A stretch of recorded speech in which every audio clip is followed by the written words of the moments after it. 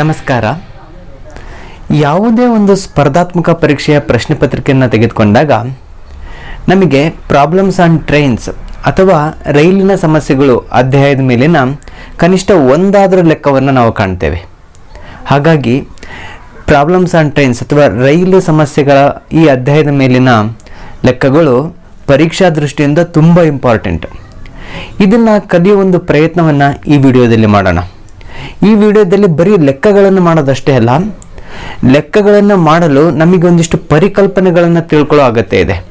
ಆ ಪರಿಕಲ್ಪನೆಗಳನ್ನು ತುಂಬ ವಿವರಣಾತ್ಮಕವಾಗಿ ತಿಳ್ಕೊಂಡು ಒಂದಿಷ್ಟು ಲೆಕ್ಕಗಳನ್ನು ಮಾಡೋಣ.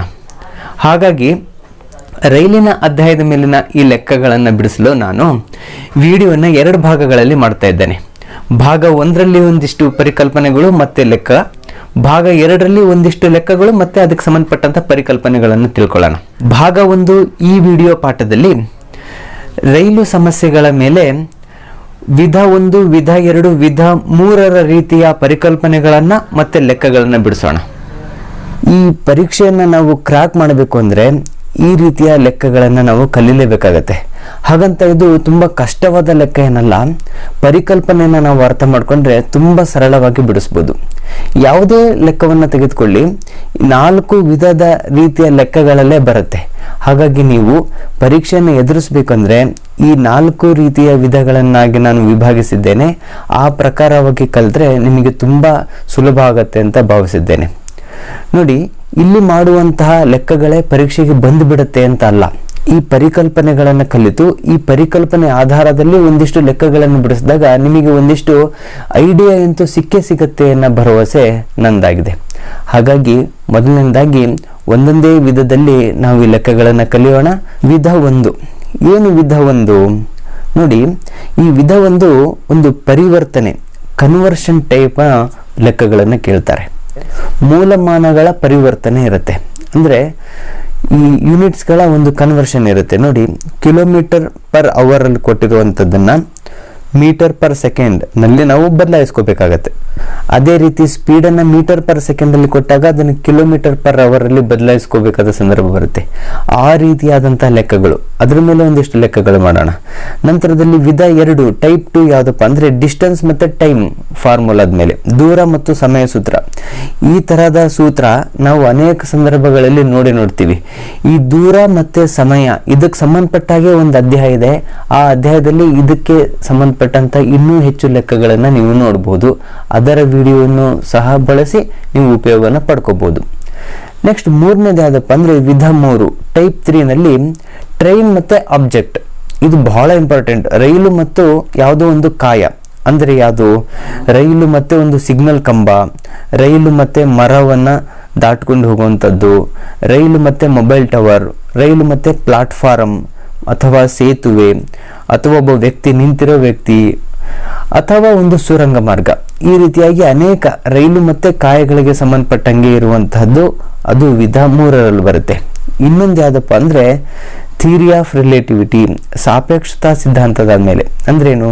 2 ರೈಲುಗಳು ಒಂದೇ ದಿಕ್ಕಿನಲ್ಲಿ ಅಥವಾ ಬೇರೆ ಬೇರೆ ದಿಕ್ಕಿನಲ್ಲಿ ಚಲಿಸಿದಾಗ ಅವುಗಳ ಸಾಪೇಕ್ಷ ವೇಗ ಅಥವಾ ರಿಲೇಟಿವ್ ಸ್ಪೀಡ್ ನಲ್ಲಿ ಸಂಬಂಧಪಟ್ಟ ಹಾಗೆ ಅವುಗಳು ಒಂದನ್ನೊಂದು ಹಾದು ಹೋಗಲು ತೆಗೆದುಕೊಳ್ಳಬಹುದಾದ ಸಮಯ ಈ ರೀತಿಯಾಗಿ ಸಂಬಂಧಪಟ್ಟ ಹಾಗೆ ಇರುತ್ತೆ. ಹೀಗೆ 4 ಭಾಗಗಳಾಗಿ ನಾವು ಈ ಪ್ರಾಬ್ಲಮ್ಸ್ ಅಂಡ್ ಟ್ರೈನ್ಸ್ ಅನ್ನ ನಾವು ವಿಭಾಗಿಸಿಕೊಂಡು ನಾವು ಅದನ್ನು ಕಲಿಯೋಣ. ಮೊದಲನೇದಾಗಿ ನಾವು ವಿಧ 1ರ ಮೇಲೆ ಒಂದು ಲೆಕ್ಕವನ್ನು ಮಾಡ್ಕೊಳ್ಳೋಣ. ಈಗ ನೋಡಿ, ಟೈಪ್ 1 ಅದರ ಮೇಲೆ ಲೆಕ್ಕ ಯಾವ ರೀತಿ ಇದೆ ನೋಡೋಣ. ಒಂದು ಲೆಕ್ಕ, a train moves with a speed of 108 kilometre per hour. Its speed in metres per second is ಅಂತ ಕೇಳಿದ್ದಾರೆ. 4 ಆಪ್ಷನ್ಗಳನ್ನು ಕೊಟ್ಟಿದ್ದಾರೆ. ಒಂದು ರೈಲು 108 ಕಿಲೋಮೀಟರ್ ಪರ್ ಅವರ್ ಅಂದ್ರೆ 1 ಗಂಟೆಗೆ 108 ಕಿಲೋಮೀಟರ್ ವೇಗದಲ್ಲಿ ಚಲಿಸುತ್ತದೆ. ಹಾಗಾದರೆ ಅದರ ವೇಗವನ್ನು ಮೀಟರ್ ಪರ್ ಸೆಕೆಂಡ್ ನಲ್ಲಿ ಬರೆದಾಗ ಏನಾಗುತ್ತೆ ಅಂತ ಕೇಳಿದ್ದಾರೆ. 4 ಆಪ್ಷನ್ಗಳನ್ನು ಕೊಟ್ಟಿದ್ದಾರೆ. ಎ ಕಿಲೋಮೀಟರ್ ಪರ್ ಅವರ್ ನಲ್ಲಿರುವಂತಹ ಒಂದು ವೇಗವನ್ನ ನಾವು ಮೀಟರ್ ಪರ್ ಸೆಕೆಂಡ್ ನಲ್ಲಿ ಬದಲಾಯಿಸಬೇಕು. ಅದೇ ರೀತಿ ಎ ಮೀಟರ್ ಪರ್ ಸೆಕೆಂಡ್ ನಲ್ಲಿರುವಂತಹ ಒಂದು ವೇಗದ ಮೂಲಮಾನವನ್ನ ನಾವು ಕಿಲೋಮೀಟರ್ ಪರ್ ಅವರ್ ಆಗಿ ಸಹ ಬದಲಾಯಿಸಬೇಕು. ಇಲ್ಲಿ ಏನು ಕೊಟ್ಟಿದ್ದಾರೆ ನೋಡಿ, ಈ train moves with speed of 108 kilometres. Velocity ಏನಾಗ್ತಾ ಇದೆ ಆ ರೈಲಿಂದು 108 ಕಿಲೋಮೀಟರ್ ಪರ್ ಅವರ್. ಅಂದ್ರೇನು 108 ಕಿಲೋಮೀಟರ್ ಪರ್ ಅವರ್ ಈ ರೀತಿಯಾಗಿ ಬರ್ಕೋಬಹುದು. 1 ಗಂಟೆಗೆ 108 ಕಿಲೋಮೀಟರ್ ವೇಗದಲ್ಲಿ ಚಲಿಸ್ತಿದೆ. ಇದನ್ನ ಅವರು ಮೀಟರ್ನಲ್ಲಿ ಏನಾಗುತ್ತೆ ಅಂತ ಕೇಳ್ತಿದ್ದಾರೆ. ನೋಡಿ 108 ಹಾಗೆ ಬರೀತೀನಿ ಇಂಟು ಕಿಲೋಮೀಟರ್ ಪರ್ ಅವರ್. ಈ ರೀತಿಯಾಗಿದ್ದ ಸಂದರ್ಭದಲ್ಲಿ ನೋಡಿ ನಾವು ಎ ಕಿಲೋಮೀಟರ್ ಪರ್ ಅವರ್ ಇದ್ದಾಗ ನಾವು ಎ ಇಂಟು ನೋಡಿ 5/18 ಗುಣಿಸ್ಬಿಟ್ರೆ ಆಯ್ತು. ಎಗೆ 5/18 ಆದಾಗ ಅದು ಮೀಟರ್ ಪರ್ ಸೆಕೆಂಡ್ ನಲ್ಲಿ ಕನ್ವರ್ಟ್ ಆಗೋಗುತ್ತೆ. ಅದೇ ಎ ಮೀಟರ್ ಪರ್ ಸೆಕೆಂಡ್ ಅಲ್ಲಿ ಇದ್ದಾಗ ನಾವು ಅದನ್ನ ಎಗೆ 18/5 ಗುಣಿಸ್ಬಿಟ್ರೆ ನಮಗದು ಕಿಲೋಮೀಟರ್ ಪರ್ ಅವರ್ನಲ್ಲಿ ನಮಗೆ ಸಿಗತ್ತೆ ಮೂಲಮಾನ. ಈ ಒಂದು ಅಂಶವನ್ನು ನಾವು ನೆನ್ಪಿಟ್ಕೋಬೇಕಾಗತ್ತೆ. ಇದು ಹೇಗೆ ಬಂತು ಅನ್ನೋದನ್ನ ನಾವು ಹಿಂದಿನ ವಿಡಿಯೋದಲ್ಲಿ ನೋಡ್ಬೋದು. ಈಗ ನಾನು ನೇರವಾಗಿ ಹೋಗ್ತಾ ಇದ್ದೀನಿ. 108 ಇಂಟು ಕಿಲೋಮೀಟರ್ ಪರ್ ಅವರ್, ಅದರಲ್ಲಿ ನಾನೇನು ಮಾಡ್ತೀನಿ 5/18 ಅಂತ ಗುಣಿಸ್ತೀನಿ. ಈಗ ಭಾಗಿಸೋಣ. ನೋಡಿ 3×5 = 15, 3×6 = 18, 3×3 = 9, 1 ಉಳಿತು, 3×5 = 3×6 = 18, 6×1 = 6, 6×6 = 36. ನೋಡಿ 18ರಿಂದ ನೇರವಾಗಿ ಗುಣಿಸ್ಬೋದು. 18×6 = 108 ಅಂತ. ಈಗ ಇಲ್ಲಿ 6 ಉಳಿತು ಇಂಟು 5 ಉಳಿತು, 6×5 = 30 ಆಯ್ತು. ಈಗ ಇದು ಮೀಟರ್ ಪರ್ ಸೆಕೆಂಡ್ ನಲ್ಲಿ ಆಗಿರುತ್ತೆ. ನೋಡಿ ಇಲ್ಲೇ ಹೇಳಿದ್ದೀನಿ. ಈಗ ಆ ಪ್ರಕಾರ ಆಪ್ಷನ್ ಸಿ ಏನಿದೆ, ಆಪ್ಷನ್ ಸಿ 30 ಅಂತೇನಿದೆ, ಇದು ಸರಿಯಾದ ಉತ್ತರ. ಹೀಗೆ ಇದು ಟೈಪ್ 1ರ ಮೇಲಿನ ಲೆಕ್ಕ. ನಾನು ಇದ್ರ ಮೇಲೆ ತುಂಬಾ ಡೀಟೇಲ್ ಆಗಿ ಚರ್ಚೆ ಮಾಡಲ್ಲ. ಈಗ ನೇರವಾಗಿ ನಾವು ಟೈಪ್ 2 ನಲ್ಲಿ ಯಾವ ರೀತಿ ಇರುತ್ತೆ ನೋಡೋಣ. ನೋಡಿ ಟೈಪ್ 2 ಲೆಕ್ಕಗಳಲ್ಲಿ ಯಾವ ರೀತಿ ಇರುತ್ತೆ, ಡಿಸ್ಟೆನ್ಸ್ ಅಂಡ್ ಟೈಮ್ ಫಾರ್ಮುಲಾದಲ್ಲಿ ಕೇಳಿರ್ತಾರೆ. ದೂರ ಮತ್ತೆ ಸಮಯ ಸೂತ್ರ, ಸ್ಪೀಡ್ ಅಥವಾ ಇಲ್ಲಿ ನಾವು ವೆಲಾಸಿಟಿ ಅಂತನಾದ್ರು ತಗೊಳ್ಳೋಣ. ಸಾಮಾನ್ಯವಾಗಿ ನಾವು ಸ್ಪೀಡ್ ಅಂತಾನೆ ಮಾತಾಡ್ತಾ ಇರ್ತೀವಿ, ಕೆಲವೊಂದ್ಸರಿ ಅವ್ರು ವೆಲಾಸಿಟಿ ಅಂತಾನು ಕೊಟ್ಟಿರ್ಬೋದು. ನೋಡಿ ಇಲ್ಲಿ ಅದು ಡಿಸ್ಟೆನ್ಸ್ ಬೈ ಟೈಮ್ಗೆ ಸಮ ಆಗಿರುತ್ತೆ. ಜವ ಅಥವಾ ಅದರ ವೇಗ, ದೂರ ಡಿವೈಡೆಡ್ ಬೈ ಸಮಯ. ಈ ಸೂತ್ರ ನಮಗೆ ಚಿರಪರಿಚಿತ ಸೂತ್ರ. ಇದರಲ್ಲೇ ನಮಗೆ ಅವರು ಸಮಯವನ್ನು ಕೇಳಬಹುದು, ದೂರವನ್ನು ಕೇಳ್ಬೋದು. ಈ ರೀತಿಯಾಗಿ ಒಂದಿಷ್ಟು ವಿಚಾರಗಳನ್ನ ನಮಗೆ ಅವರು ಹಿಂದೆ ಮುಂದೆ ಮಾಡಿಬಿಟ್ಟು ಈ ಸೂತ್ರವನ್ನು ಮಾರ್ಪಾಡಿಸ್ಕೊಳ್ಳುವಂತಹ ಒಂದು ಸನ್ನಿವೇಶವನ್ನು ಸೃಷ್ಟಿ ಮಾಡಿ ನಮಗೆ ಲೆಕ್ಕಗಳನ್ನು ಕೇಳ್ತಾರೆ. ಆ ರೀತಿಯ ಲೆಕ್ಕಗಳನ್ನು ನಾವು ಬಿಡಿಸ್ಬೇಕು. ನಂತರದಲ್ಲಿ ನಾವು ಬಹುಮುಖ್ಯವಾದ ಟೈಪ್ 3 ಲೆಕ್ಕಕ್ಕೆ ಹೋಗೋಣ. ಟೈಪ್ 2 ನಲ್ಲಿರುವಂಥ ಲೆಕ್ಕ ನಮ್ಮ ಕಣ್ಮುಂದಿದೆ. ಈಗ a train 280 metre long running with a speed of 63 km/h will pass a tree in 15 seconds or 16 seconds or 18 seconds or 20 seconds ಅಂತ ಕೊಟ್ಟಿದ್ದಾರೆ. ಇದು ನೋಡಿ ಸ್ಟಾಫ್ ಸೆಲೆಕ್ಷನ್ ಕಮಿಷನ್ 2003 ಇಸ್ವಿನಲ್ಲಿ ಬಂದಿರುವಂಥ ಲೆಕ್ಕ. ಏನು ಹೇಳುತ್ತೆ, 63 km/h ವೇಗದಲ್ಲಿ ಚಲಿಸುತ್ತಿರುವ 280 ಮೀಟರ್ ಉದ್ದದ ರೈಲೊಂದು ಮರವನ್ನು ದಾಟಲು ತೆಗೆದುಕೊಳ್ಳುವ ಸಮಯ ಅಂತ ಕೇಳಿದ್ದಾರೆ. ನೋಡಿ ನಮಗೆ ಗೊತ್ತಿರುವಂತಹ ಡಿಸ್ಟೆನ್ಸ್ ಫಾರ್ಮುಲಾ ಸೂತ್ರವನ್ನು ನಾನು ಬಳಸ್ತೇನೆ. ನೋಡಿ speed is equal to distance by time taken. ನಮಗೆ ಇದು ಗೊತ್ತಿರುವಂತಹ ಸೂತ್ರ. ಡಿಸ್ಟೆನ್ಸ್ ಬೈ ಟೈಮ್, ಜವ ಅಥವಾ ವೇಗ ಈಸ್ ಈಕ್ವಲ್ ಟು ಏನಾಗುತ್ತೆ, ದೂರ ಡಿವೈಡೆಡ್ ಬೈ ಸಮಯ. ಇದು ನಮಗೆ ಗೊತ್ತಿರಬೇಕು. ಸ್ಪೀಡ್ ಅನ್ನು ನಾವು ಅಥವಾ ವೆಲಾಸಿಟಿಯನ್ನು ನಾವು ಮೀಟರ್ ಪರ್ ಸೆಕೆಂಡ್ ಅನ್ನೋ ಮೂಲಮಾನದಲ್ಲಿ ನಾವು ಹೇಳ್ತೇವೆ. ಇಲ್ಲಿ ಟ್ರೈನ್ ಕೊಟ್ಟಿದ್ದಾರೆ. ಏನಿದೆ ಟ್ರೈನ್ನ ಉದ್ದ ಎಷ್ಟಿದೆ, ಅದು 280 ಮೀಟರ್ ಲಾಂಗ್ ಇದೆ. ನೋಡಿ 280 ಮೀಟರ್ ಉದ್ದ. ಯಾವುದು, ಟ್ರೈನಿನ ಉದ್ದ 280 ಮೀಟರ್. ಅದು ಸ್ಪೀಡ್ ಎಷ್ಟು ಸ್ಪೀಡಲ್ಲಿ ಚಲಿಸ್ತಾ ಇದೆ, 63. ವೇಗ ಎಷ್ಟಿದೆ, ವೇಗ 63 km/h. ನೋಡಿ ಇಲ್ಲಿ km/h ಇದೆ, ಆದರೆ ಇಲ್ಲಿ ಉದ್ದ ಯಾವುದರಲ್ಲಿದೆ, ಮೀಟರಲ್ಲಿದೆ. ಹಾಗಾಗಿ ನಾವು ಇದನ್ನ ಮೀಟರ್ ಪರ್ ಸೆಕೆಂಡ್ ಅಲ್ಲಿ ಕನ್ವರ್ಟ್ ಮಾಡ್ಕೊಳ್ಳಬೇಕು. ಹಾಗಾಗಿ 63ಕ್ಕೆ 5 ಡಿವೈಡೆಡ್ ಬೈ 18ರಿಂದ ಗುಣಿಸ್ತೇನೆ. 9×2 = 18, 9×7 = 63, ಮತ್ತೆ 7×5 = 35 ಡಿವೈಡೆಡ್ ಬೈ 2. ಹಾಗೆ ಇಡೋಣ. ಇದನ್ನು ತುಂಬಾ ಸುಲಭಗೊಳಿಸೋ ಅಗತ್ಯ ಏನಿರಲ್ಲ. 35 divided by 2 metre per second ಅಲ್ಲಿ ಇದೆ. ಈಗ ನೋಡಿ, ಒಂದು ಟ್ರೈನ್ ಇದೆ. ಈ ಟ್ರೈನು ನೋಡಿ 280 ಮೀಟರ್ ಉದ್ದ ಇರುವಂಥ ಟ್ರೈನ್ ಏನಿದೆ, ಇದು 63 ಕಿಲೋಮೀಟರ್ ಪರ್ ಅವರ್ ಸ್ಪೀಡಲ್ಲಿ ಹೋಗ್ತಾ ಇದೆ. 35/2 ಮೀಟರ್ ಪರ್ ಸೆಕೆಂಡ್ನಲ್ಲಿ ಹೋಗ್ತಾ ಇದೆ. ಈ ಟ್ರೈನ್ ಒಂದು ಮರವನ್ನು ದಾಟಿ ಹೋಗಬೇಕು. ದಾಟಿ ಹೋಗಬೇಕು ಅಂದ್ರೂ ಈ ಟ್ರೈನ್ನ ಹಿಂಬದಿ ಏನಿದೆ ಅದು ಕಂಪ್ಲೀಟ್ ಪಾಸ್ ಆಗಿರಬೇಕು. ಈ ಮರವನ್ನು ದಾಟಿರಬೇಕು. ಇದು ಎಷ್ಟು ಸೆಕೆಂಡನ್ನು ತೆಗೆದುಕೊಳ್ತು, ಎಷ್ಟು ಸೆಕೆಂಡ್ಗಳಲ್ಲಿ ಅದನ್ನು ದಾಟ್ತು ಅಂತ ನಾವು ಕೇಳಿರುವಂಥದ್ದು. ನೋಡಿ, ಇಲ್ಲಿ ಮರದ ಈ ಅಗಲ ಏನಿದೆ ನಾವು ಅದನ್ನು ನೆಗ್ಲೆಕ್ಟ್ ಮಾಡ್ತಾ ಇದ್ದೀವಿ. ಅದನ್ನು ಮರ ಇರ್ಬೋದು, ಒಂದು ಕಂಬ ಇರ್ಬೋದು, ಒಬ್ಬ ವ್ಯಕ್ತಿ ಇರ್ಬೋದು, ಇವನ್ನೆಲ್ಲ ನಾವು ಒಂದೇ ಅಂತ ಇಟ್ಕೊಳ್ಳೋಣ. ಈ ಸೂತ್ರದಲ್ಲಿ ಹಾಕೋಣ, speed is equal to distance divided by time. ಇನ್ನು ಸ್ವಲ್ಪ ಮಾಡಿಫೈ ಮಾಡ್ಕೊಳ್ಳೋಣ, S into T is equal to D ಆಯಿತು. ಅಂದರೆ ಟೈಮ್ ಈಸ್ ಈಕ್ವಲ್ ಟು ಏನಾಯಿತು, distance divided by speed. Distance ಏನಿದೆ ನೋಡಿ 280 ಮೀಟರ್. ಇಲ್ಲಿ ಸ್ಪೀಡ್ ಏನಾಗಿದೆ, ಇಲ್ಲಿ ಬರೆದಿದೆ ಆಲ್ರೆಡಿ 35 ಡಿವೈಡೆಡ್ ಬೈ 2. ನಾವು ಇಲ್ಲೊಂದು ಸ್ವಲ್ಪ ಮಾಡಿಫೈ ಮಾಡೋಣ. 280 ಇಲ್ಲಿ ಛೇದದಲ್ಲಿ ಒಂದೇ ಇದೆ ಅಂದರೆ ಈ ಡಿವೈಡೆಡ್ ಬೈನ ನಾನು ಗುಣಿಸಿದರೆ 2 ಡಿವೈಡೆಡ್ ಬೈ 35 ಆಗುತ್ತೆ. ಈಗ ಉಳಿದ ರೆಸಿಪ್ರೋಕಲ್ ಆಗುತ್ತೆ ನೋಡಿ. 5 7 35, 5 5 25, ಇನ್ನು 3 ಉಳಿತು, 5 6 30. 7 ಬಗ್ಗೆ ಹೇಳೋಣ, 7 7 7 7 90, 7 8 56. ಟಿ ಈಸ್ ಈಕ್ವಲ್ ಟು ಏನಾಯಿತು, 8 2 16 ಆಯಿತು. ನೋಡಿ, ಎಲ್ಲ ಸೆಕೆಂಡ್ನಲ್ಲೇ ಬಂದಿದೆ, ಇದು ಸೆಕೆಂಡ್ನಲ್ಲಿ. T is equal to 16 second. ಉತ್ತರ ಯಾವುದಿದೆ, ಆಪ್ಷನ್ ಬಿ ಏನಿದೆ ಇದು ನಮ್ಮ ಉತ್ತರ ಆಗಿದೆ. ಈಗ ಟ್ರೈನಿನ ಲೆಕ್ಕಗಳು ವಿಧ 3 ರೀತಿಯಾಗಿ ಹೇಗೆ ಬರುತ್ತೆ ನೋಡೋಣ. ನೋಡಿ, ವಿಧ 3 ಯಾವುದು ಅಂತ ನಿಮಗೆ ಹಿಂದೆನೇ ಹೇಳಿದ್ದೀನಿ, ಮತ್ತೊಂದು ಸರಿ ನೆನಪು ಮಾಡ್ಕೊಳ್ಳೋಣ.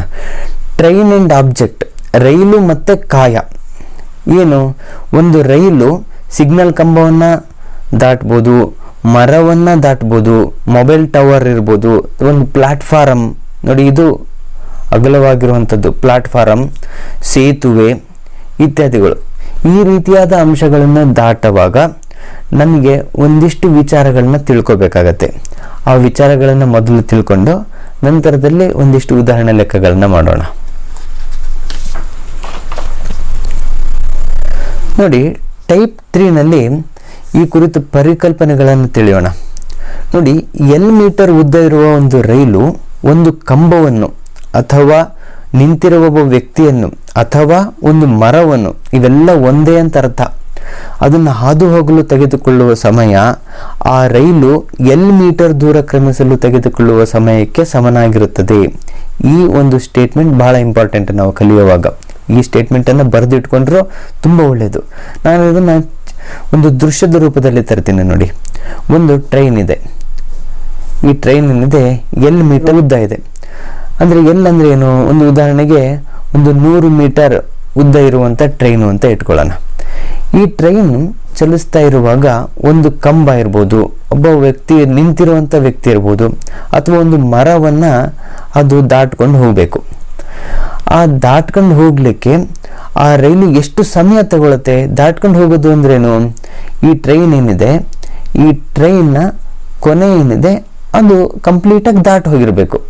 ಈ ರೀತಿಯಾಗಿ ದಾಟಿ ಹೋಗಿರಬೇಕು. ಆಗ ಮಾತ್ರ ನಾವು ಅದು ಕ್ರಾಸ್ ಮಾಡ್ತು ಅಥವಾ ಅದನ್ನು ಹಾದು ಹೋಯಿತು ಅಂತ ಹೇಳ್ತೀವಿ. ಈಗ ಇದು ಎಷ್ಟು ಸಮಯ ಹಿಡುತ್ತೆ ಅಂದರೆ, ಈ ಟ್ರೈನು L ಮೀಟರನ್ನು ಅಥವಾ ಇಲ್ಲಿ 100 ಮೀಟರ್ ಅಂತ ನಾವು ಟ್ರೈನ್ ಉದ್ದ ತಗೊಂಡಿದ್ದೀವಲ್ಲ, ಈ 100 ಮೀಟರನ್ನು ಟ್ರಾವೆಲ್ ಮಾಡೋಕ್ಕೆ ಟ್ರೈನು ಎಷ್ಟು ಸಮಯವನ್ನು ತೆಗೆದುಕೊಳ್ತದೋ ಅಷ್ಟೇ ಸಮಯ ಈ ಟ್ರೈನ್ ಈ ಒಂದು ವಸ್ತುಗಳನ್ನು ದಾಟಲು ಸಹ ತೆಗೆದುಕೊಳ್ಳುತ್ತೆ. ಇದು ತುಂಬ ಇಂಪಾರ್ಟೆಂಟ್ ಆಗಿರುವ ಒಂದು ಪರಿಕಲ್ಪನೆ, ನಾವು ನೆನಪಿಟ್ಕೊಂಡಿರಬೇಕು. ಈಗ ನಾವು ಜಸ್ಟ್ ಇನ್ನು ಸ್ವಲ್ಪ ಮುಂದೆ ಬರೋಣ. ಈ ಪರಿಕಲ್ಪನೆಯಲ್ಲಿ ಏನು, L ಮೀಟರ್ ಉದ್ದವಿರುವ ಒಂದು ರೈಲು, B ಮೀಟರ್ ಉದ್ದ ಇರುವ ಒಂದು ಪ್ಲಾಟ್ಫಾರ್ಮ್ ಅನ್ನು ಅಥವಾ ಒಂದು ಸೇತುವೆಯನ್ನು ಅಥವಾ ಕಟ್ಟಡವನ್ನು ಅಥವಾ ನಿಂತಿರುವ ಒಂದು ಯಾವುದೇ ಕಾಯವನ್ನು ಅಥವಾ ಒಂದು ಸುರಂಗ ಮಾರ್ಗವನ್ನು ಯಾವುದನ್ನೋ ದಾಟಲು ತೆಗೆದುಕೊಳ್ಳುವ ಸಮಯ ಏನಿದೆ ಅದು ಆ ರೈಲು L ಮತ್ತೆ B ಮೀಟರ್ ದೂರ ಕ್ರಮಿಸಲು ತೆಗೆದುಕೊಳ್ಳುವ ಸಮಯಕ್ಕೆ ಸಮನಾಗಿರುತ್ತದೆ ಅಂತ ಇನ್ನೊಂದು ಸ್ಟೇಟ್ಮೆಂಟ್. ಇದನ್ನ ನಾವು ದೃಶ್ಯ ರೂಪಕ್ಕೆ ತರೋಣ. ನೋಡಿ, ಇಲ್ಲಿ ಒಂದು ಟ್ರೈನ್, ಇದು L ಮೀಟರ್ ಉದ್ದ ಇದೆ. ನಾನು ಇಲ್ಲಿ ಒನ್ಸ್ ಅಗೇನ್ ಇದನ್ನ 100 ಮೀಟರ್ ಉದ್ದ ಇರುವಂಥ ಟ್ರೈನ್ ಅಂತ ತಿಳ್ಕೊಳ್ಳೋಣ. ಇನ್ನು ಉದ್ದನೇ ಇರುತ್ತೆ ಸಾಮಾನ್ಯ, ನಾನು ಇದು 400 ಮೀಟರ್ ಅಂತ ತಿಳ್ಕೊತೀನಿ. ನೋಡಿ, ಒಂದು 400 ಮೀಟರ್ ಉದ್ದ ಇರುವಂಥ ಒಂದು ಟ್ರೈನು. ಈ ಟ್ರೈನ್ ಏನಿದೆ ಇದು ಈ ಕಡೆ ಚಲಿಸ್ತಾ ಇದೆ. ಇಲ್ಲಿ ನೋಡಿ ಒಂದು ಪ್ಲಾಟ್ಫಾರಮ್ ಇದೆ. ನೀವು ಇದನ್ನ ಪ್ಲಾಟ್ಫಾರ್ಮ್ ಅಂತನಾರು ಅನ್ಕೊಳ್ಳಿ, ಅಥವಾ ಒಂದು ಸುರಂಗ ಮಾರ್ಗ ಅಂತನಾರು ಅನ್ಕೊಳ್ಳಿ, ಅಥವಾ ಒಂದು ಸೇತುವೆ ಅಂತನಾರು ಅನ್ಕೊಳ್ಳಿ, ಯಾವ್ದಾರೋ ರೀತಿಯಾಗಿ ಭಾವಿಸಿ. ಇದು ಒಂದು 600 ಮೀಟರ್ ಉದ್ದ ಇದೆ ಅಂತ ತಿಳ್ಕೊಳ್ಳೋಣ. ಈಗ ಈ ಟ್ರೈನ್ ಏನಿದೆ, ಈ ಟ್ರೈನು ಈ 600 ಮೀಟರ್ ಉದ್ದದ ಈ ಒಂದು ಕಾಯವನ್ನ ಅಥವಾ ಒಂದು ಸೇತುವೆಯನ್ನ ದಾಟಿ ಈಚೆ ಬರಬೇಕು. ಈಚೆ ಬಂದಿದೆ ಅಂದ್ರೆ ಅರ್ಥ ಏನು, ಈ ಟ್ರೈನ್ನ ಈ ಬ್ಯಾಕ್ ಏನಿದೆ ಅದು ಈ ಸೇತುವೆಯನ್ನು ದಾಟಿರ್ಬೇಕು. ಇಲ್ಲಿಗೆ ಬಂದಾಗ ನಾವು ಅದು ದಾಟ್ತು ಅಂತ ಹೇಳ್ತೀವಿ. ಇಷ್ಟು ದಾಟಲು ಅದಕ್ಕೆ ಎಷ್ಟು ಸಮಯ ಬೇಕಪ್ಪ ಅಂದರೆ ನೋಡಿ, ಎಷ್ಟು ಸಮಯ ಬೇಕಂದ್ರೆ ಆ ರೈಲು L+B ಮೀಟರ್ ದಾಟಲು, ನಾವು ರೈಲಿನ ಉದ್ದವನ್ನು ಎಲ್ಲಿ ಅನ್ಕೊಂಡಿದ್ದೀವಿ, ಈ ಪ್ಲಾಟ್ಫಾರ್ಮ್ ಅಥವಾ ಸೇತುವೆ ಉದ್ದವನ್ನು ನಾವು ಬಿ ಅಂತ ಇಟ್ಕೊಂಡಾಗ ಈ L ಮತ್ತು B ಮೀಟರ್ ದೂರವನ್ನ ರೈಲು ಕ್ರಮಿಸಲು ಎಷ್ಟು ಸಮಯ ತೆಗೆದುಕೊಳ್ಳುತ್ತೋ ಅಷ್ಟು ಸಮಯನೇ ಬೇಕದಕ್ಕೆ. ಅಂದ್ರೆ ಈ ಲೆಕ್ಕದಲ್ಲಿ ಬಂದಾಗ, ಈ ಉದಾಹರಣೆಗೆ ಬಂದಾಗ 400 ಮತ್ತೆ 600 ಅಂದ್ರೆ ಏನಾಯ್ತು, 1000 ಮೀಟರ್. ಆ ರೈಲು 1000 ಮೀಟರ್ ದೂರವನ್ನ ಕ್ರಮಿಸಲು, ಅಂದ್ರೆ 1 ಕಿಲೋಮೀಟರ್ ದೂರವನ್ನ ರೈಲು ಕ್ರಮಿಸಲು ಎಷ್ಟು ಸೆಕೆಂಡ್, ಎಷ್ಟು ನಿಮಿಷಗಳನ್ನು ತೆಗೆದುಕೊಳ್ಳುತ್ತೋ ಅಷ್ಟೇ ನಿಮಿಷ ಅಥವಾ ಸೆಕೆಂಡ್ ಬೇಕು. ಏನು, ಈ ಒಂದು ಪ್ಲಾಟ್ಫಾರ್ಮ್ನ ದಾಟಲು ಬೇಕು. ಈ ಒಂದು ಪರಿಕಲ್ಪನೆಯನ್ನ ನಾವು ನೆನ್ಪಿಟ್ಕೋಬೇಕು. ಇದೊಂದು ಪರಿಕಲ್ಪನೆ ನೆನ್ಪಿಟ್ಕೊಂಡ್ರೆ ನಮಗೆ ಟೈಪ್ 3ರಲ್ಲಿರುವಂತಹ ಲೆಕ್ಕಗಳನ್ನ ಸುಲಭವಾಗಿ ಮಾಡ್ತೀವಿ. ಮತ್ತೊಂದ್ಸತಿ ಹೇಳ್ಬಿಡ್ತೀನಿ ನೋಡಿ. ಒಂದು ರೈಲು L ಮೀಟರ್ ಉದ್ದ ಇರುವಂತ ರೈಲು ಒಂದು ಕಂಬವನ್ನು, ಸಿಗ್ನಲ್ ಕಂಬವನ್ನು, ಮೊಬೈಲ್ ಟವರ್ ಅನ್ನು, ಅಥವಾ ನಿಂತಿರುವ ವ್ಯಕ್ತಿಯನ್ನು, ಅಥವಾ ಒಂದು ಮರವನ್ನು, ಅಂದ್ರೆ ಮರದ ಅಗಲ ಉದ್ದ ಅದನ್ನು ನೆಗ್ಲಿಜಿಬಲ್ ಅಂತ ಅನ್ಕೊಳ್ಳೋಣ. ಇದನ್ನ ಅದು ದಾಟಲು ಎಷ್ಟು ಸಮಯ ಬೇಕಪ್ಪ ಅಂದ್ರೆ ಆ ರೈಲು ತನ್ನದೇ ಉದ್ದವನ್ನ, ಅಂದ್ರೆ ತಾನು ಎಷ್ಟು ಉದ್ದ ಇದೆಯೋ ರೈಲು ಅಷ್ಟೇ ಉದ್ದವನ್ನ ಕ್ರಮಿಸಲು ಎಷ್ಟು ಸಮಯ ತೆಗೆದುಕೊಳ್ಳುತ್ತೋ ಅಷ್ಟೇ ಸಮಯ ಬೇಕಾಗಿದೆ. ಇಲ್ಲಿ ಬಂದಾಗ ನೋಡಿ, ಒಂದಿಷ್ಟುದ್ದದ ಒಂದು ರೈಲಿದೆ, ಅದು ಎಷ್ಟೋ ಉದ್ದದ ಒಂದು ಪ್ಲಾಟ್ಫಾರ್ಮ್ ಅನ್ನು, ಸೇತುವೆಯನ್ನು ದಾಟುವಾಗ ಈ ಎರಡನ್ನೂ ಕೂಡಿದಾಗ ರೈಲಿನ ಉದ್ದ ಪ್ಲಸ್ ಅದು ಏನು ದಾಟಬೇಕು ಅಂತಿದೋ ಅದರ ಅಗಲ ಅಥವಾ ಅದರ ಉದ್ದ, ಅದನ್ನ ಕೂಡಿದಾಗ ಎಷ್ಟು ಮೊತ್ತ ಬರುತ್ತೆ, ಅಷ್ಟು ಮೊತ್ತದ ಒಂದು ದೂರವನ್ನು ರೈಲು ಕ್ರಮಿಸಲು ಎಷ್ಟು ಸಮಯ ಬೇಕೋ ಅಷ್ಟೇ ಸಮಯ ಆ ಒಂದು ಪ್ಲಾಟ್ಫಾರ್ಮ್ನ ದಾಟಲು ತೆಗೆದುಕೊಳ್ಳುತ್ತೆ. ಈ ಒಂದು ಪರಿಕಲ್ಪನೆಯನ್ನು ನಾವು ಇಟ್ಕೊಂಡು ಲೆಕ್ಕಗಳನ್ನು ಮಾಡ್ತೀವಿ. ಈ ಪರೀಕ್ಷೆಯಲ್ಲಿ ಕೇಳುವಂಥ ಯಾವುದೇ ಲೆಕ್ಕವನ್ನು ಬಿಡಿಸ್ಬೇಕಂದ್ರೆ ನಮಗೆ ಈ ಪರಿಕಲ್ಪನೆಯ ಒಂದು ಬೇಸ್ ಸ್ಟ್ರಾಂಗ್ ಇರಬೇಕು ಅಂತ ನನ್ನ ಭಾವನೆ. ಹಾಗಾಗಿ ಇದನ್ನ ಡೀಟೇಲ್ ಆಗಿ ಹೇಳ್ಕೊಟ್ಟಿದ್ದೇನೆ. ಈಗ ಒಂದಿಷ್ಟು ಲೆಕ್ಕಗಳನ್ನು ಅಭ್ಯಾಸ ಮಾಡೋಣ. ಟೈಪ್ 3ನಲ್ಲಿ ಮೊದಲ ಲೆಕ್ಕವನ್ನು ನೋಡೋಣ. ಆ ಮೊದಲನೇ ಲೆಕ್ಕ ಈ ರೀತಿಯಾಗಿದೆ. ಇದು RRB ರೈಲ್ವೆ ರಿಕ್ರೂಟ್ಮೆಂಟ್ ಬೋರ್ಡ್ ನಲ್ಲಿ ಬಂದಿರುವಂತ ಲೆಕ್ಕ, 1998ನೇ ಇಸ್ವಿದು. ಮೊದಲನೇ ಲೆಕ್ಕ ನೋಡೋಣ.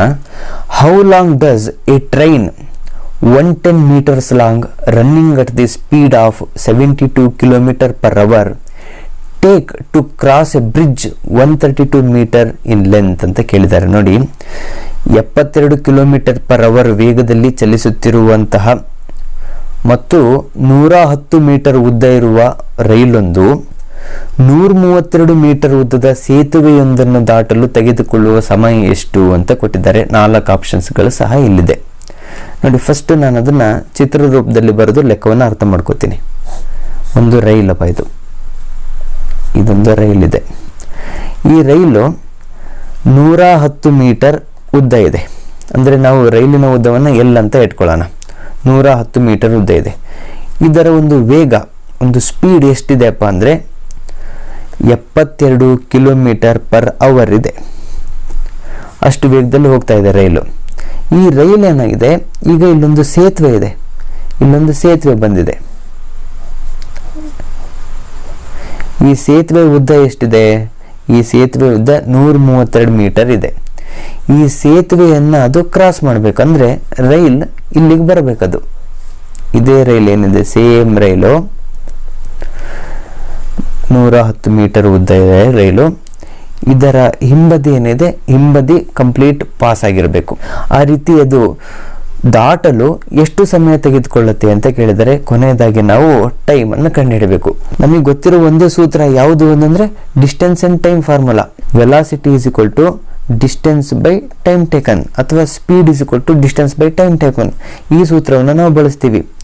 ಅಂದರೆ ವೇಗ ಈಸ್ ಈಕ್ವಲ್ ಟು ದೂರ ಡಿವೈಡೆಡ್ ಬೈ ಸಮಯ. ಈ ಫಾರ್ಮುಲಾವನ್ನು ನಾವು ಹಾಕೋಣ. ಫಸ್ಟ್ ಈ ಫಾರ್ಮುಲಾವನ್ನು ಹಾಕಿ ನಾವು ಮಾಡಬೇಕು. ಇಲ್ಲಿ ಲೆಕ್ಕವನ್ನು ಅರ್ಥ ಮಾಡ್ಕೊಂಡಿದ್ದೀವಿ.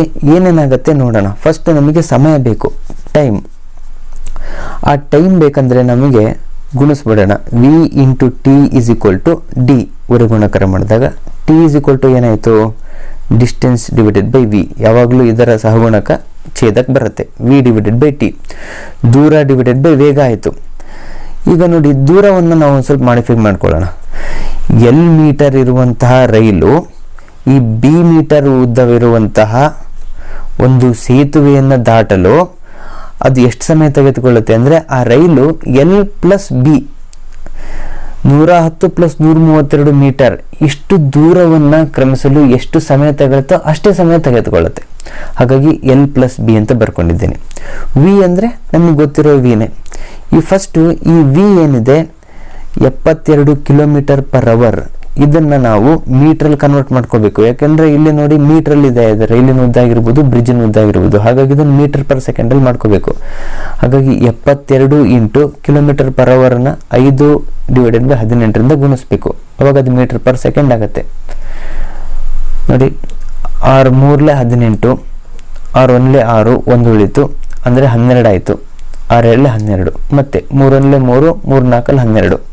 ಕಡೆಗೆ ಉಳಿದಿದ್ದೆ ಯಾವುದಪ್ಪ ಅಂದರೆ 4 ಇಂಟು 5 ಉಳಿತು, 4 5 20 ಮೀಟರ್ ಪರ್ ಸೆಕೆಂಡ್ ಆಯಿತು. ವೆಲಾಸಿಟಿನೂ ಸಿಕ್ತು. ಈಗ ನೋಡೋಣ, ಎಲ್ ಪ್ಲಸ್ ಬಿ ಅಂದರೆ, ಎಲ್ ಅಂದರೆ ರೈಲಿನ ಉದ್ದ 110 ಪ್ಲಸ್ ಬಿ ಅಂದರೆ ಬ್ರಿಡ್ಜಿನ ಉದ್ದ 132 ಡಿವೈಡೆಡ್ ಬೈ ವಿ ಅಂದರೆ 20.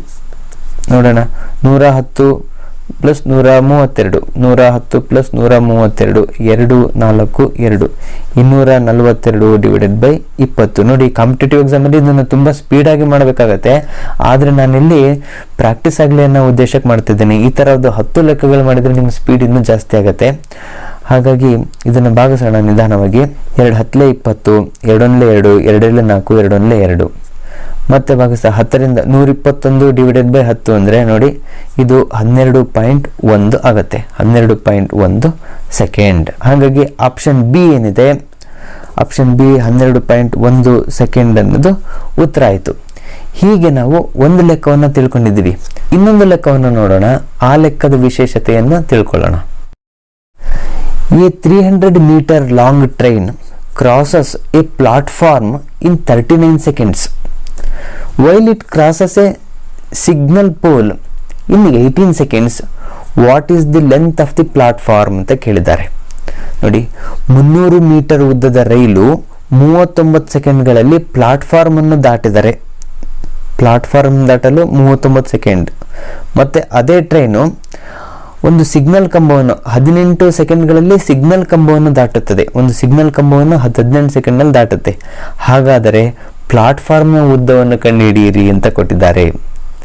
ನೋಡಿ, ಈ ಲೆಕ್ಕವನ್ನು ನಾವು ಮಾಡಬೇಕು. ಫಸ್ಟ್ನೇದಾಗಿ ನಾನು ಈ ಚಿತ್ರದ ರೂಪದಲ್ಲಿ ಬರ್ಕೊಂಡ್ಬಿಡ್ತೀನಿ. ನೋಡಿ, ಒಂದು ಟ್ರೈನ್. ಈ ಟ್ರೈನ್ ಎಷ್ಟು ಉದ್ದ ಇದೆ ಅಂದರೆ 300 ಮೀಟರ್ ಉದ್ದ ಇದೆ. 300 ಮೀಟರ್ ಉದ್ದ ಇರುವಂತಹ ಈ ಟ್ರೈನ್ ಏನಿದೆ ಇದು ಚಲಿಸ್ತಾ ಒಂದು ಪ್ಲಾಟ್ಫಾರ್ಮ್ ಬರುತ್ತೆ. ಈ ಪ್ಲಾಟ್ಫಾರ್ಮ್ನ ಉದ್ದವನ್ನು ಕಂಡುಹಿಡಬೇಕು. ಈ ಪ್ಲಾಟ್ಫಾರ್ಮ್ನ ದಾಟಲು ಈ ಟ್ರೈನ್ ಈ ಪ್ಲಾಟ್ಫಾರ್ಮ್ನ ದಾಟಲು 39 ಸೆಕೆಂಡ್ ತಗೊಳುತ್ತೆ. ಮತ್ತು ಒಂದು ಸಿಗ್ನಲ್ ಪೋಲನ್ನು ದಾಟಲು ಅದು 18 ಸೆಕೆಂಡ್ ತಗೊಳುತ್ತೆ. ನೋಡಿ, ಈ ಪ್ಲಾಟ್ಫಾರ್ಮ್ ದಾಟಲು 39 ಸೆಕೆಂಡ್ ತಗೊಂಡ್ರೆ ಈ ಸಿಗ್ನಲ್ ಕಂಬವನ್ನು ದಾಟಲು 18 ಸೆಕೆಂಡ್ ತಗೊಳುತ್ತೆ. ಹಾಗಾದರೆ what is the length of the platform? ಈ ಪ್ಲಾಟ್ಫಾರ್ಮ್ನ ಉದ್ದ ಕಂಡುಹಿಡಿಯಿರಿ ಅಂತ ಕೇಳಿದ್ದಾರೆ. ರೈಲಿನ ಉದ್ದವನ್ನು ನಾನು ಎಲ್ ಅಂತ ಬರ್ಕೊತೀನಿ. ರೈಲಿನ ಉದ್ದ ಎಲ್. ಈ ಪ್ಲಾಟ್ಫಾರ್ಮ್ನ ಉದ್ದವನ್ನು ನಾನು ಬಿ ಅಂತ ಅನ್ಕೊಂತೀನಿ. ಟ್ರೈನ್ನ ಉದ್ದ L is equal to 300 metre ಅಂತ ಬರ್ಕೊತೀನಿ. ಬಿ ಅನ್ನ ಕಂಡುಹಿಡಿಬೇಕು. ಬಿ ಅಂದ್ರೆ ಏನು? ಪ್ಲಾಟ್ಫಾರ್ಮ್ ಉದ್ದವನ್ನು ಕಂಡುಹಿಡಿಬೇಕು. ರೈಲು ಪ್ಲಾಟ್ಫಾರ್ಮ್ ದಾಟಲು ತೆಗೆದುಕೊಳ್ಳುವ ಸಮಯ ಏನಿದೆ? ಇದು 39 ಸೆಕೆಂಡ್ ಇದೆ. ಟಿ.ಪಿ ಪ್ಲಾಟ್ಫಾರ್ಮ್ ದಾಟಲು ತೆಗೆದುಕೊಳ್ಳುವ ಸಮಯ 39 ಸೆಕೆಂಡ್. ಸಿಗ್ನಲ್ ಪೋಲ್ ಅನ್ನು ದಾಟಲು ತೆಗೆದುಕೊಂಡ ಸಮಯ ಎಷ್ಟಿದೆ? ಅದು 18 ಸೆಕೆಂಡ್ ಇದೆ. ನಮಗೆ ಗೊತ್ತಿರುವಂತ ದೂರ ಸೂತ್ರ ಯಾವುದು? ದೂರ ಸೂತ್ರ is equal to speed is equal to distance divided by time. ಇಲ್ಲಿ ಫಸ್ಟ್ ಕಂಬವನ್ನು ದಾಟಲು ತೆಗೆದುಕೊಳ್ಳೋಣ.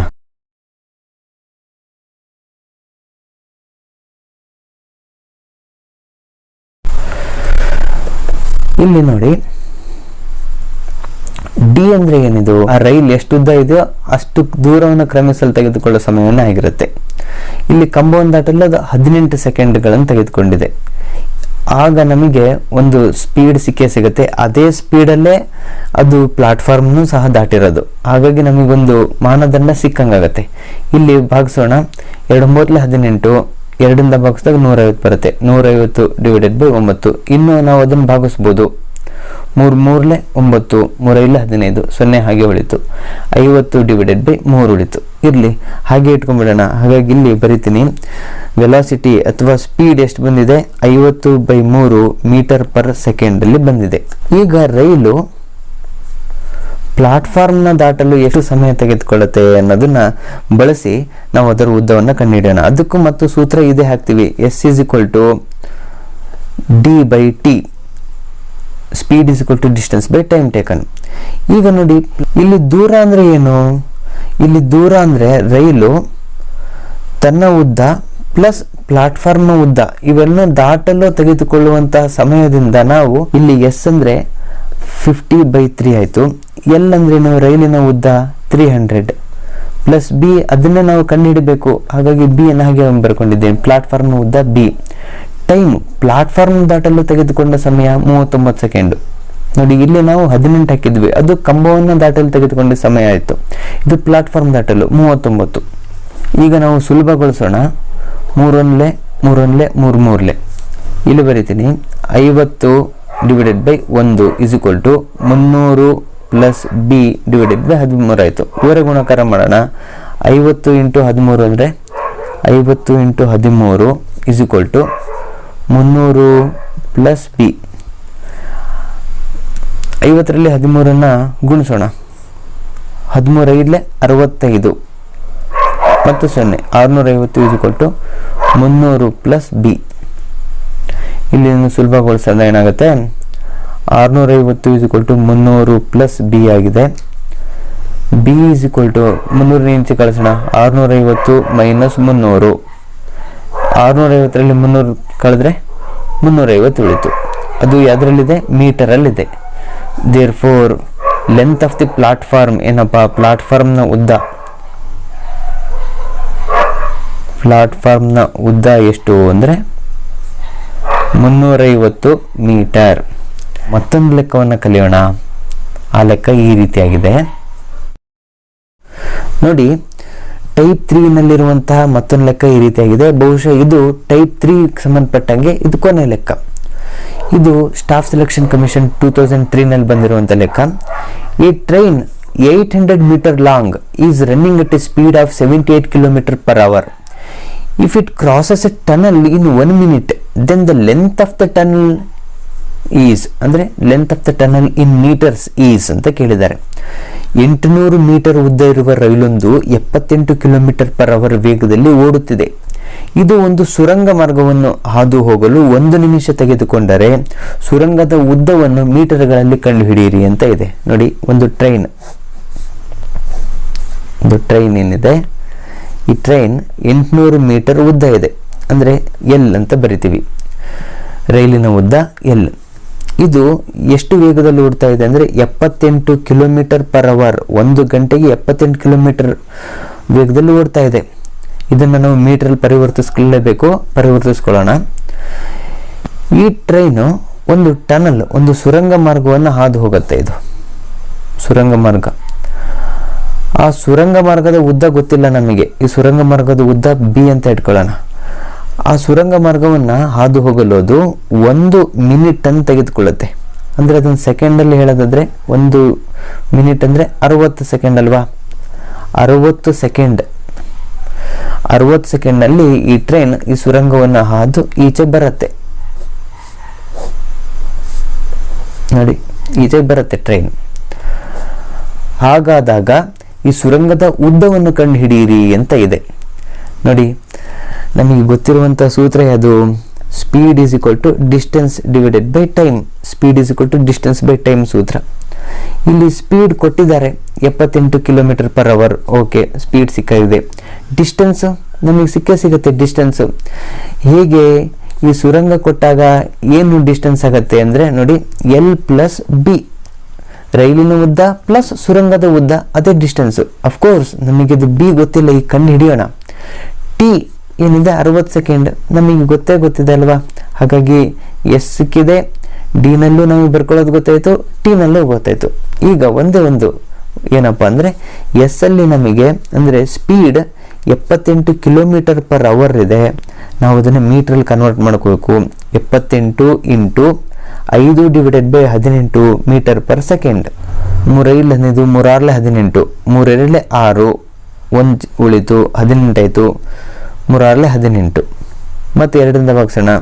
2 3 6, 2 1 2, 2 3 6. ನೋಡಿ, ಇದು 13 × 5 / 3 ಆಯಿತು. 13 65 / 3. ಸ್ಪೀಡ್ ಅಥವಾ ವೇಗ ಎಷ್ಟಿದೆ? 65/3 m/s ಆಗಿದೆ. ಹೀಗೆ ಇಟ್ಕೊಳ್ಳೋಣ. ಈಗ ನಾವು ಸೂತ್ರವನ್ನು ಹಾಕ್ಬಿಡೋಣ. ವೇಗ ಈಸ್ ಈಕ್ವಲ್ ಟು ದೂರ ಡಿವೈಡೆಡ್ ಬೈ ಸಮಯ. ಇಲ್ಲಿ ಬರೆದಿದ್ದೀನಲ್ಲ ಅದೇ ಸೂತ್ರ. ಈಗ ವೇಗ ಅಂತೂ 65/3 ಬರೆದಿದ್ದೀನಿ. ಈಸ್ ಈಕ್ವಲ್ ಟು ದೂರ ಅಂದ್ರೇನು? ಇಲ್ಲಿ ದೂರ ಅಂದರೆ ಬರೀ ಎಲ್ ಹಾಕ್ಬಿಡಬಾರ್ದು, L+B ಆಲ್ರೆಡಿ ಹೇಳಿದ್ದೀನಿ. L+B ಸಮಯ ಸೆಕೆಂಡ್ನಲ್ಲೇ ಹಾಕ್ತಿದ್ದೀನಿ. ಇಲ್ಲಿ ನೋಡಿ 1 ಮಿನಿಟ್ ಅಂತ 1 ಹಾಕಬಾರ್ದು, ಯಾಕೆಂದರೆ ನಾವು ಇಲ್ಲಿ ನೋಡಿ m/s ಆಗಿ ಕನ್ವರ್ಟ್ ಮಾಡ್ಕೊಂಡಾಗ ಇಲ್ಲಿರುವಂಥ ಮಿನಿಟನ್ನು ನಾವು ಸೆಕೆಂಡಲ್ಲಿ ಕನ್ವರ್ಟ್ ಮಾಡ್ಕೋಬೇಕು. ಹಾಗಾಗಿ 60 ಬರೀತೀನಿ. ನೋಡೋಣ, 65/3 ಈಸ್ ಈಕ್ವಲ್ ಟು ಎಲ್ ಅಂದರೆ ನಮಗೆ ರೈಲಿನ ಉದ್ದ ಅಂತೂ ಗೊತ್ತು. ಈ ಸುರಂಗದ ಉದ್ದನೇ ಬಿ ನೋಡಿ, ಬಿ ಸುರಂಗದ ಉದ್ದ ಡಿವೈಡೆಡ್ ಬೈ 60. 3 1 3, 3 2 6, 0 ಉಳಿತು. ಯಾವ ಕಾರಣಕ್ಕೂ 20 ಮತ್ತು 800 ಭಾಗಿಸಬಾರ್ದು. ಇಲ್ಲಿ ಪ್ಲಸ್ ಇರೋದ್ರಿಂದ ಆ ಒಂದು ಸಾಹಸ ಮಾಡೋಕ್ಕೆ ಹೋಗಬಾರ್ದು. ಈಗ ಹಾಗೆ ಬರ್ಕೊಳ್ಳೋಣ. 65 / 1 ಈಸ್ ಈಕ್ವಲ್ ಟು 800 + B / 20 ಇದೆ. ಈಗ ಓರೆ ಗುಣಾಕಾರವನ್ನು ಮಾಡೋಣ. 65 × 20 ಈಸ್ ಈಕ್ವಲ್ ಟು 800 + B × 1 ಅಂದರೆ 800 + B. ಇದನ್ನು ಗುಣಿಸೋಣ. 65 2 ಎಷ್ಟಾಗುತ್ತೆ? 62 120, 65 2 ಅಂದರೆ 130. ಈ 0ಯನ್ನು ಹಾಗೆ ಬರ್ಕೊತೀನಿ. 1300 ಈಸ್ ಈಕ್ವಲ್ ಟು 800 + B ಆಯಿತು. ಈಗ 1300, 800 ಈಚೆ ಬಂದರೆ ಈಕ್ವಲ್ಸಿಂದ ಈಚೆ ಬಂದರೆ -800 ಆಯಿತು. ಈಸ್ ಈಕ್ವಲ್ ಟು ಈಕ್ವಲ್ಸ್ ಈಚೆಗೆ ಇರೋದು B ಒಂದೇ. 1300ರಲ್ಲಿ 800 ಕಳೆದ್ರೆ ಏನಾಗುತ್ತೆ? 500 ಉಳಿತು. 500 ಈಸ್ ಈಕ್ವಲ್ ಟು B ಅಂದರೆ B ಅಂದರೆ ಏನು? B 500 ಬಂದಿದೆ. B ಅಂದರೆ ಏನು? ಸುರಂಗದ ಉದ್ದ. ಸುರಂಗದ ಉದ್ದ, the length of the tunnel ಎಷ್ಟು? 500. ಇಲ್ಲಿ ಯಾವ ಮಾನ ಬರುತ್ತೆ ಅಂದರೆ ಮೀಟರ್ ಬಂದೇ ಬರುತ್ತೆ. So 500 metre. ಆಪ್ಷನ್ ಸಿ ಏನಿದೆ ಅದು ಸರಿಯಾದ ಉತ್ತರ, ಮೀಟರ್ನಲ್ಲಿ ಬಂದಿದೆ. ಈ ರೀತಿಯಾಗಿ ನಾವು ಟೈಪ್ 3ನಲ್ಲಿರುವಂತಹ ಲೆಕ್ಕವನ್ನು ಕಲ್ತಿದ್ದೇವೆ. ಈ ವಿಡಿಯೋದಲ್ಲಿ ಟೈಪ್ 1, ಟೈಪ್ 2, ಟೈಪ್ 3ನಲ್ಲಿರೋ ಲೆಕ್ಕಗಳನ್ನು ಕಲ್ತಿದ್ದೇವೆ. ಈಗ ನಾವು ಟೈಪ್ 4ಅಲ್ಲಿರುವಂಥ ಲೆಕ್ಕಗಳನ್ನು ಮುಂದಿನ ವಿಡಿಯೋದಲ್ಲಿ ಕಲಿಯೋಣ. ಅದರ ಲಿಂಕನ್ನು ಈ ವಿಡಿಯೋದ ಕೆಳಗೂ ಸಹ ನೀಡಿದೆ. ಎರಡೂ ವಿಡಿಯೋಗಳನ್ನು ನೀವು ಅಧ್ಯಯನ ಮಾಡಿದ್ದೇ ಆದರೆ ಖಂಡಿತವಾಗ್ಲೂ ಈ ರೀತಿಯಾದಂಥ ಲೆಕ್ಕಗಳನ್ನು ಬಿಡಿಸಲು ನಿಮಗೆ ತುಂಬಾ ಶಕ್ತಿ ಸಿಕ್ಕಂಗಾಗತ್ತೆ. ನೋಡಿ, ಈ ಲೆಕ್ಕಗಳೇ ಪರೀಕ್ಷೆಯಲ್ಲಿ ಬಂದುಬಿಡುತ್ತೆ ಅಂತ ನಾನು ಹೇಳ್ತಾ ಇಲ್ಲ. ಈ ಥರ ಲೆಕ್ಕಗಳನ್ನು ಪ್ರಾಕ್ಟೀಸ್ ಮಾಡೋದ್ರಿಂದ ಪರೀಕ್ಷೆಯಲ್ಲಿ ಬರುವಂಥ ಲೆಕ್ಕಗಳಿಗೆ ನಿಜವಾಗ್ಲೂ ನ್ಯಾಯ ಕೊಡುವಂತಹ ಒಂದು ಪ್ರಯತ್ನ ಆಗಿದೆ ಅಂತ ನಾನು ಭಾವಿಸ್ತೇನೆ. ಹಾಗಾಗಿ ನಾವು ಮುಂದಿನ ವಿಡಿಯೋದಲ್ಲಿ ಟೈಪ್ 4ರ ಲೆಕ್ಕ ಅಂದರೆ ಸಾಪೇಕ್ಷ ಸಿದ್ಧಾಂತದ ಮೇಲಿನ ಲೆಕ್ಕವನ್ನು ನೋಡೋಣ. ಧನ್ಯವಾದಗಳು.